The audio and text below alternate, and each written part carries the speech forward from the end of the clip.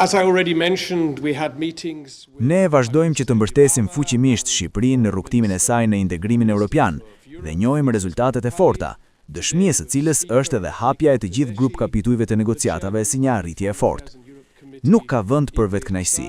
Shqipëria duhet punojë edhe më fort për përmbushjen e detyrimeve dhe hapjen e negociatave. Jemi të shqetësuar për polarizimin politik. Duhet ketë më shumë stabilitet dhe dialog politik në vend. Shumica duhet krijojë hapësirë për opozitën dhe opozita të jetë më bashkëpunuese. Protestat e dhunshme nuk kanë vend në demokracinë funksionale. Duhet them 3 pika që janë shumë të rëndësishme për PE, sepse kanë lidhje me vlerat themelore. Së pari, ka nevojë që të vijojë lufta kundër korrupsionit. Është bërë shumë në këtë fushë, por nuk jemi ende të kënaqur.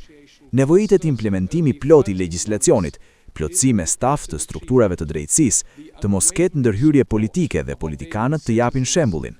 Së dyti, duam të shohim një reformë zgjedhore reale që të bëhet në kohë të mjaftueshme, duhet të jetë gjithëpërfshirëse me opozitën dhe të adresohet rekomandimeve të OSBE e ODIHR.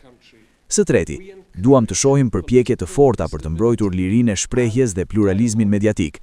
Kjo kërkon më shumë transparencë nga pronarët e mediale dhe masa garantuese për të mbrojtur gazetarët.